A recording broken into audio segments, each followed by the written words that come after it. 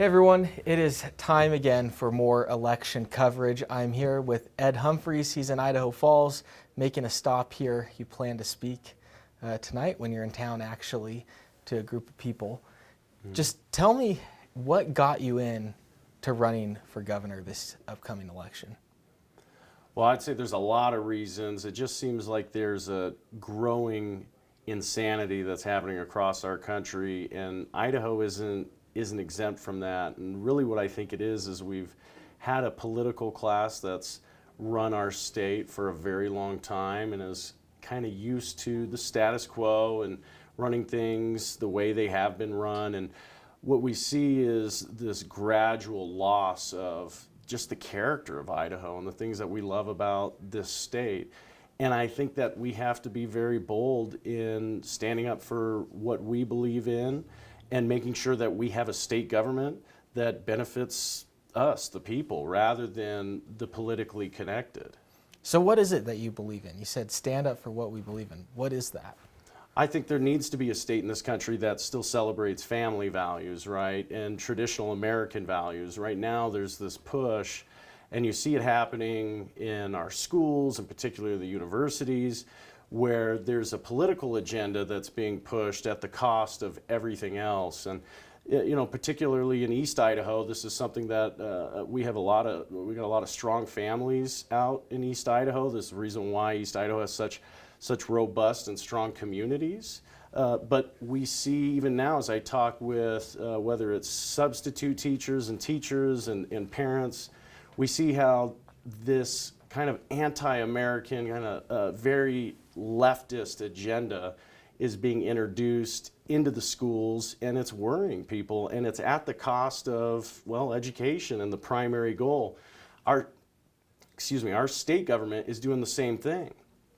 Our state government is taking our tax dollars and funding things that run contrary to what the average Idahoan wants, right? Most of us, we want our government to provide great roads. We want to make sure every time we turn the faucet on, water comes out, right? We want these necessary and reasonable services from our government. But so often what we get is a lot of political theater. And with all of that, you mentioned you don't want that leftist agenda coming in here. Everyone that's running is a Republican. They say they're conservative. They have a conservative value. Yeah. Where do you stand on that? What makes you the conservative candidate or best for the Republican Party? Eric, I love this question because there's a lot of buzzwords that are thrown around in politics, and everybody ascribes a different meaning to it. Instead of throwing out, a buzzword that means different things to different people, what I would say is what we need to focus on are what are the competing visions for the state of Idaho. And for me, I would like to see a state where families have more educational options. Families can have more options to determine how their kids get educated. I believe we ought to be one of those states in the country that doesn't have an income tax. And that would empower families, particularly out in this part of the state where you have so many working class families, more money in our pockets, right? Rather than the government's pockets, stronger communities. That leads to greater wage growth. And I have a real focused mission to tackle corruption in state government. And as we've been on this journey, it's really been on my heart to just open people's eyes to the games that are played, to what our tax dollars go to fund, and to some of the deal making that happens behind the scenes that is really destroying the character of the state. And as I've given those examples, I think it's been really surprising to people, and they want something that's new. And I think it's our time now. I don't think it's time anymore for the political establishment to continue, or a good old boys club, if you will, to continue running the state. I think what we need are regular people to ensure that we have a government that works for us, right? So how are you going to do that? How are you going to make Idaho, as you say, stronger for families if elected? Well, school choice is really I believe, the most powerful thing that we could do.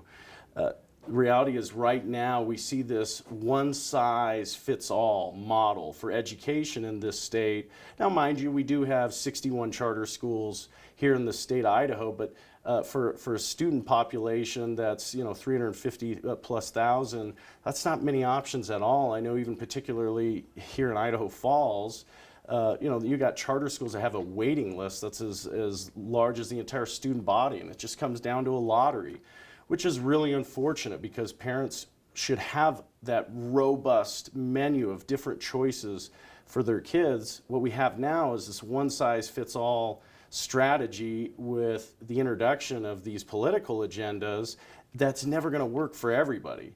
So if we want communities where we embrace diversity, then we should also want a community that has that robust network of public schools, charter schools, private schools, pods and micro schools and the like.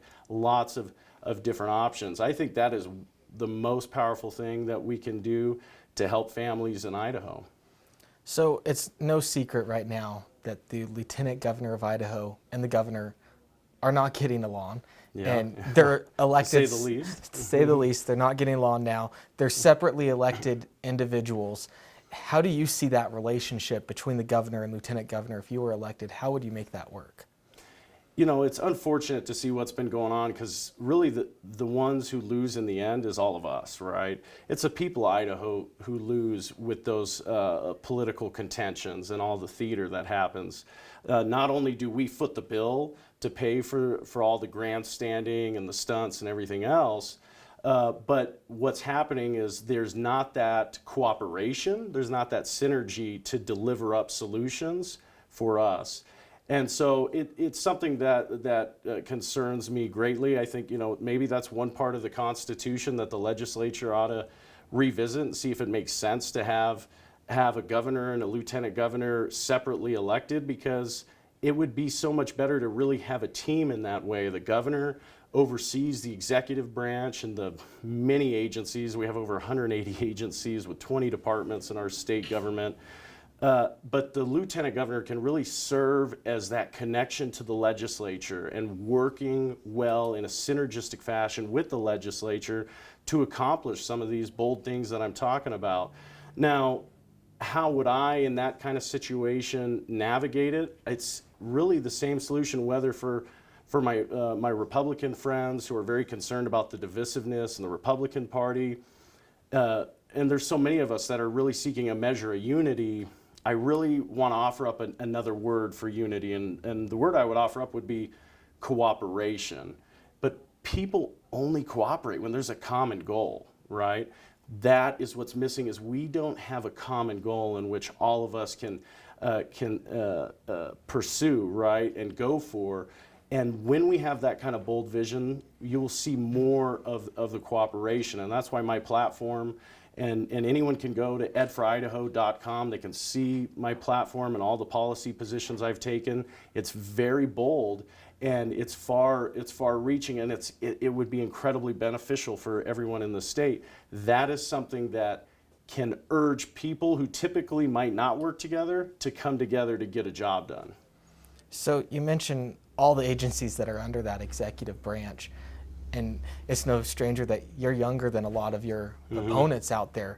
What makes you experienced enough to be able to handle all of that? This is something that a lot of people have been trained over decades to ask, but I think that really we've been getting the results that we've been getting from the political establishment and the ruling elites, if you will, because we've been tricked into believing the proper role of the governor is to manage all the day-to-day operations of the various agencies and the like. Overseeing and operating are two different things. One is providing a vision and providing a plan, and one is carrying that plan out and executing on it. And so when it comes down to experience, what we want is not more of the same, right? I'm not the candidate for the person who wants more of the same. We want something that is radically different, something that's a course correction from where we've been going. And if you look throughout American history, the reality is when there's been big positive change in our country, it's been young patriots oftentimes with a bold vision. The founding fathers are an excellent example of this. People forget Thomas Jefferson was 33 years old when he drafted the Declaration of Independence, and 19 of the signers of it were in their 20s and 30s. This country has the spirit and the story of young patriots executing, delivering on that kind of a dream. And even today, we look at the youngest governor in the United States, Ron DeSantis, very popular governor, very bold in what he believes. He's growing the Republican Party. His state is a state that has performed really well through the pandemic because he's implemented common sense solutions. So the experience that I bring is the fact that I've been involved only for a couple years in politics, but I've been in the private sector and have lived the American dream.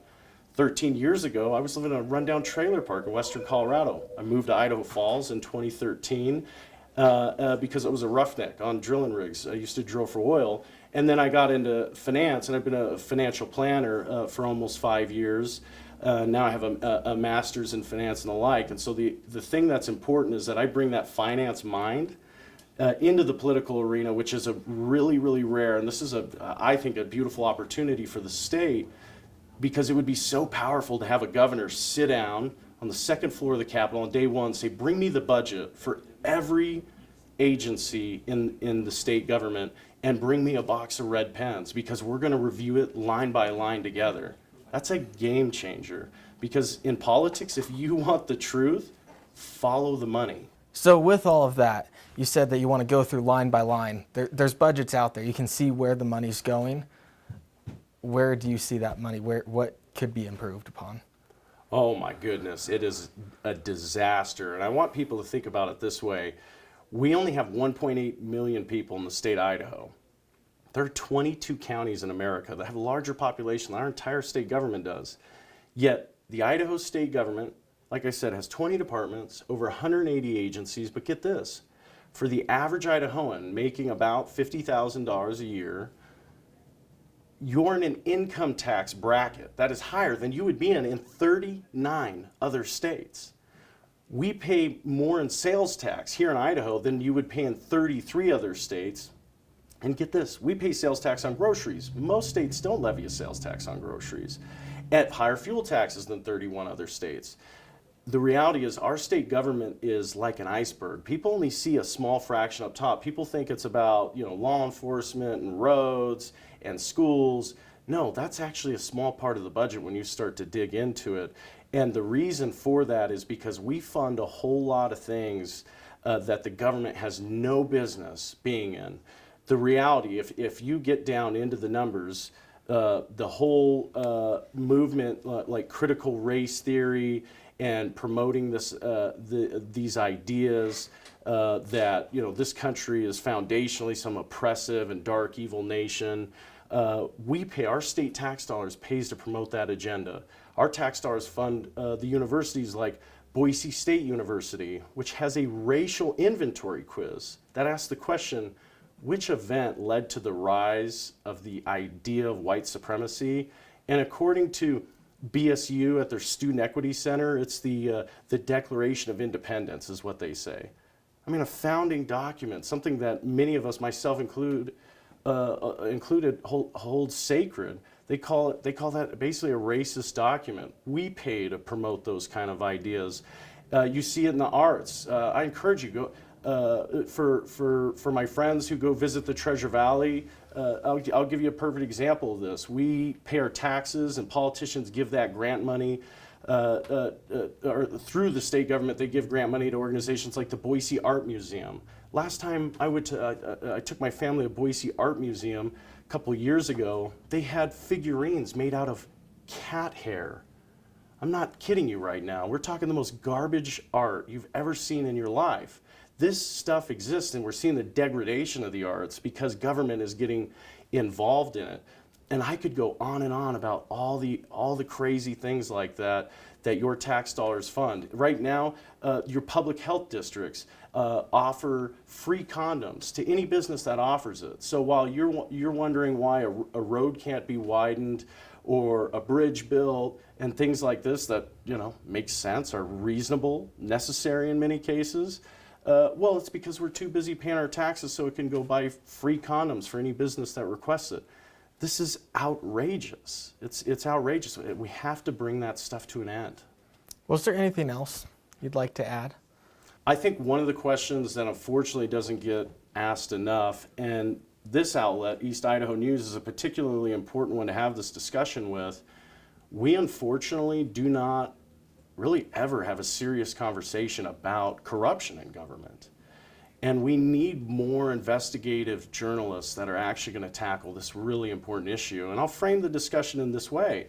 If you look across America, one of the most corrupt states is considered Illinois. And Illinois has so many politicians that have gone to prison. They jokingly say they have the orange jumpsuit caucus, right? Because they still caucus together in prison. They regularly have, look how many governors in the state of Illinois went to prison. And I want people to ask themselves, and particularly the journalists to ask, when is the last time in the state of Idaho a politician went to prison for corruption in government? And I've heard all the answers because I've talked to thousands of Idahoans, and I ask this question all the time, and they're all wrong. It's for tax evasion or something else. The short answer is, are we all collectively here in the state going to say all our politicians are following all the rules all the time? I mean, Eric, that's a ridiculous answer. We have to start investigating corruption. Let me give you a perfect example of some of the things that ought to be looked into. Is it appropriate that the CEO of the largest healthcare system in the state, just a couple months ago, personally donates to our current governor's reelection campaign, and then 3 weeks later, 21 days exactly, our governor then announces he's injecting millions of our state tax dollars into the healthcare systems? Is that appropriate? I don't have the answer to that, but I would figure there would be a journalist who would care deeply about this. These are conversations we have to start having. They're important. It involves our kids' future. It involves our money, our tax dollars, and the future of our state and our communities. I'm begging people, please start paying very, very close attention to what is happening in the political arena. Well, thank you so much for taking the time to meet with me. Again, Ed Humphreys, he is running for governor in this upcoming 2022 election. We'll continue to provide more coverage. You can follow it on eastidahonews.com. Have a good night.